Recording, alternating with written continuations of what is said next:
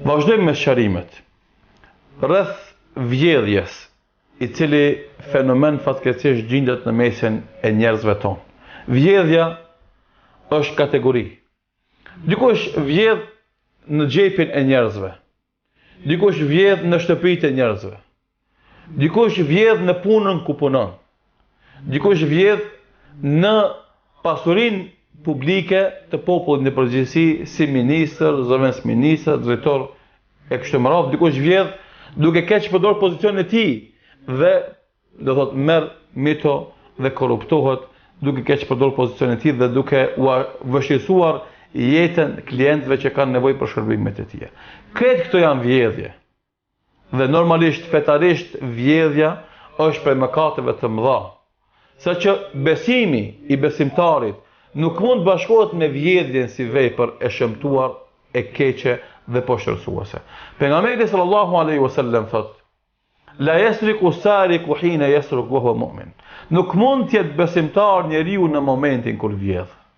Në momentin kur ti e fut dorën në xhepin e huaj, në momentin kur ti e thën derën e shtëpisë së huaj, në momentin kur e thën derën e kasës në ministrinë tonë, apo e keq përdor pozicionin dhe vjedh pasurinë duke dhënë të nderë atij që nuk e meriton. E kështu me radhë fenomenet e këqija që ndodhin fatkeqësisht në të gjitha shtresat e shoqërisë.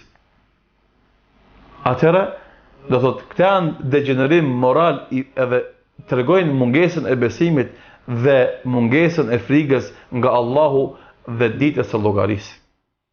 Andaj, edhe Allahu Azza wa Jalla në Kur'an e tregon se do thotë për marrëveshjeve që e bëjnë me besimtarët, wala yasriq, dhe mos vjedhin. Edhe kjo është do thotë një rregull shumë fisnik që secili e ka të garantuar pasurinë e tij. Andaj pejgamberi sallallahu alaihi wasallam në Haxhin Lam Tumirës thotë, ashtu sikur është i shenjtë ky vend, ashtu sikur është i shenjtë ky muaj, ashtu sikur është i shenjtë kjo ditë dhe ky veprim madhështor i Haxhit, janë të shenjtë gjaku, pasuria dhe nderi i muslimanit. Dhe nuk kemi drejt në ta marrim pa të drejt pasurinë e dikujt.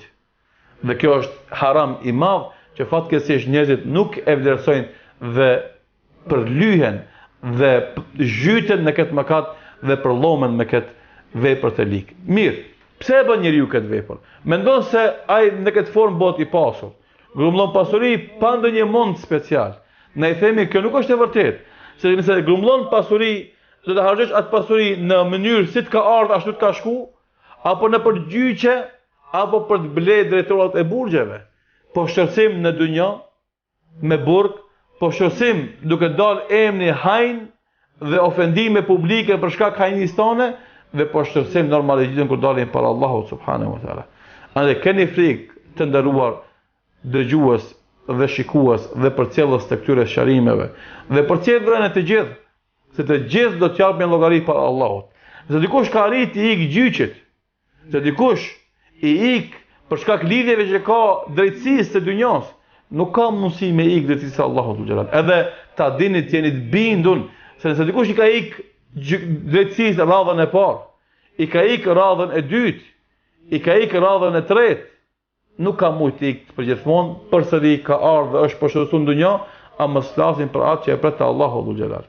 Ana njeriu që merr pa të drejtë pasurinë e huaj, do del te Allahu xhalal me një fytyrë të zhveshur ashti i tij nga mishi dhe lëkura, e pjesa tjetër me lëkurë dhe me mish, për të treguar shëmtinë e veprës që ka bë me shëmtinë e pamjes së tij. Andaj mos vjedh, se vjedhja ndoshta në fillim të gëzon, ama në fund provlon. Elusim Allahun fuqiplot na shton besimin, dhe të kemi frikë Allahun nga dita kur dalim para tij dhe gjykatës së vërtet, se përndryshe do të bëhemi të bim në nivelin e ulët edhe do të bëjmë si vepra të shëmtuara. Zoti na ruaj prej tyre dhe na dhash mbarën dhe të mirën. Zoti është për rahmetullahi wa barakatuh.